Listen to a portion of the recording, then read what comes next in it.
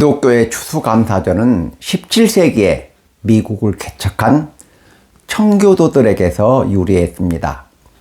1620년 8월 15일 102명의 영국 청교도들이 국가의 종교적 박해를 피해 두 척의 배에 나눠 타고 영국 남서부 플리머스항을 출항했습니다.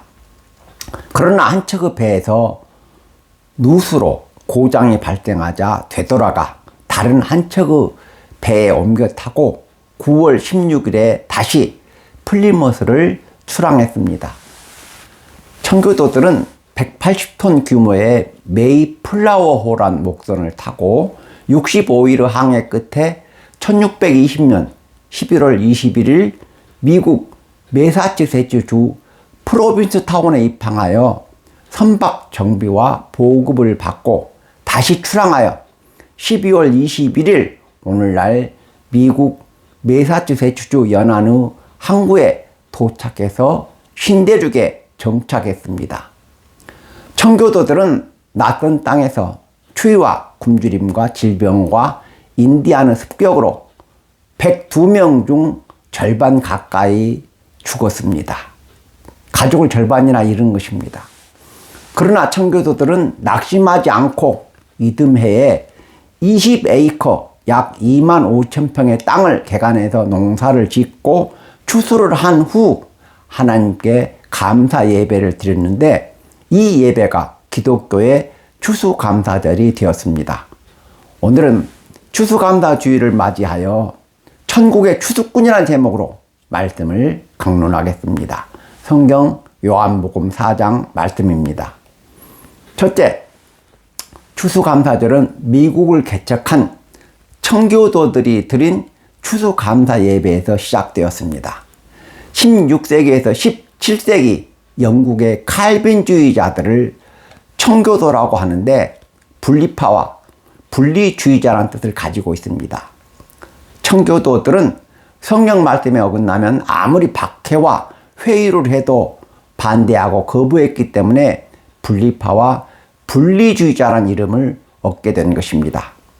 청교도를 퓨리탄이라고 하는데 퓨리탄은 엄격한 사람, 근엄한 사람이라는 뜻을 가지고 있습니다. 청교도들의 삶이 엄격하고 근엄했기 때문입니다. 그 당시에 엄격하고 근엄한 사람을 보면 저 사람은 퓨리탄 같은 사람이라고 말을 할 정도로 청교도들의 삶은 엄격하고 경건했습니다. 그리고 신앙의 자유를 찾아 신대륙 미국에 정착한 102명의 청교도들을 필그림 파더즈라고 하는데 순례시조란 뜻입니다. 신앙의 자유를 찾아 고국을 떠나 미국을 개척한 미국의 영적 아브라함이기 때문에 순례시조와 필그림 파더즈라고 하는 것입니다. 청교도들의 추수감사 예배는 주일날 시작해서 사흘 동안 계속되었는데 첫째 날은 인도자의 지도를 따라 온종일 찬송과 기도와 말씀을 묵상했습니다.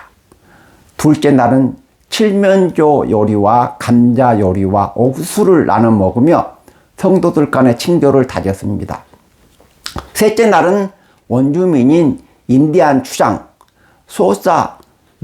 마사소이트 씨를 초대했는데 90여 명의 원주민들이 구운 칠면조 요리와 호박파이를 가지고 와서 함께 먹으며 친교를 나누었습니다.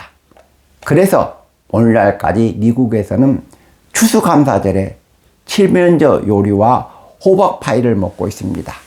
기독교의 추수감사절은 미국을 개척한 청교도들이 드린 추수감사 예배에서 시작되었다는 것을 기억하시기 바랍니다. 둘째, 추수 중에 최고의 추수 중 가장 귀한 추수는 영혼의 추수입니다. 영혼의 추수가 무엇이냐? 사람들에게 복음을 전해서 그들의 영혼을 구원하는 것을 말합니다. 예수님은 메시아의 공생의 대부분을 복음 전파로 보내셨습니다. 어느 날 예수님은 유대를 떠나 갈릴리로 돌아가시다가 사마리아의 수가라는 동네에 도착하셨습니다. 마침 점심때가 돼서 제자들은 음식을 구하러 마을로 갔고 예수님은 혼자 우물에 남으셨습니다. 그런데 한낮의 무더운 시간에 한 여자가 물을 기르러 우물에 왔습니다. 예수님께서 여자에게 마실 물을 조금 달라고 하시자 당신은 유대인으로 어떻게 사마리아 여자에게 물을 달라 하느냐고 거절했습니다. 당시에 유대인과 사마리아인은 상종을 하지 않았기 때문입니다. 이 여자는 결혼에 5번이나 실패하고 현재 6번째 남자의 소실로 살아가고 있습니다. 5번이나 이혼을 당하고 6번째 남자의 소실로 살아가는 여자에게 얼마나 많은 상처와 열등감과 수치심이 있겠습니까? 그래서 사람들을 피해 한낮의 무더운 시간에 우물로 물을 기르러 온 것입니다. 우물에서 예수님을 만나 수치심과 열등감과 죄책감에서 구원받은 여자는 그 기쁨을 억제할 수가 없었습니다.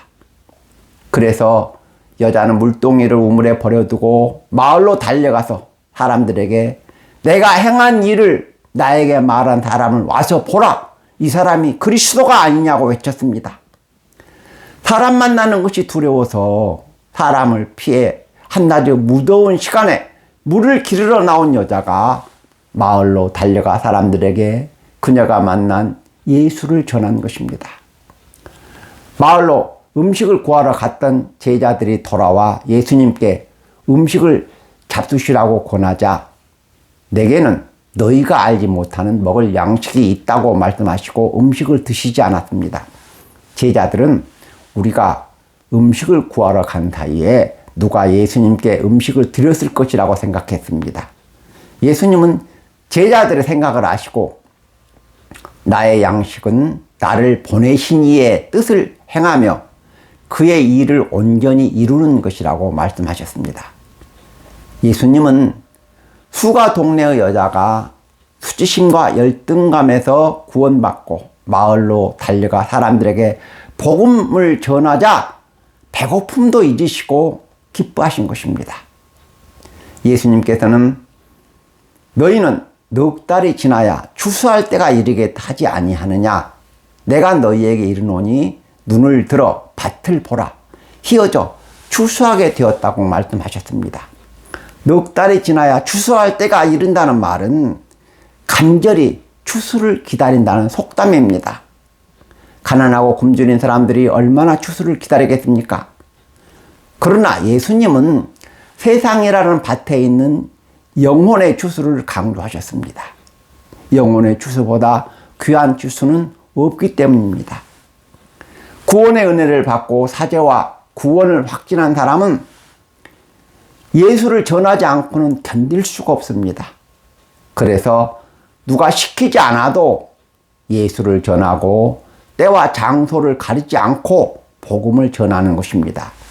저는 36세의 나이에 신학 공부를 시작했는데 평신도와 집사 때부터 사람들에게 목사님이라는 말을 자주 들었습니다. 40년 전 집사로 있을 때 인근 교회의 부흥회에 나가면 그 교회 앞에서 안내하는 사람들이 목사님 자리는 강대상 우측입니다. 목사님은 강대상 앞으로 나가십시오. 라는 말을 여러 교회에서 들었습니다.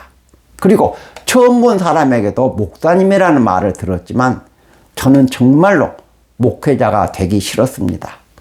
그래서 신학을 하지 않고 거부하다 당시 6살 난 첫째 아들을 잃고 코가 깨어서 강제로 신학을 했는데 신학교에 다닐 때는 지하철 전도도 하고 서울 명동과 고속버스 터미널에서도 전도를 하고 서울역에서도 노방 전도를 하고 그때는 완전히 전도에 미쳐서 살았습니다. 제가 신학교 공부를 마치고 목사가 되어서 시골의 작은 교회를 섬기면서 힘이 들 때는 하나님, 능력 있는 목사들도 많은데 왜 나를 목사로 세웠느냐고 하소연도 많이 했습니다. 그리스도인은 천국의 추수꾼입니다. 상급 중 최고의 상급은 전도의 상급이며 추수 중 최고의 추수는 영혼의 추수라는 것을 기억하시기 바랍니다. 말씀을 맺겠습니다. 청교도들은 추위와 질병과 굶주림과 인디안의 습격으로 가족을 절반이나 잃었지만 하나님께 감사했습니다. 추수감사절은 1년 동안 받은 하나님 은혜에 감사하는 절기입니다. 그리스도인은 죄에서 구원받고 천국 백성 되었다는 한 가지 이유만 가지고도 평생 감사해야 합니다. 고난 중에도 감사하고 어떤 환경에서도 하나님의 구원의 은혜에 감사하며 살아가시는 성도 여러분이 되시기를 주님의 이름으로 축원합니다. 아멘.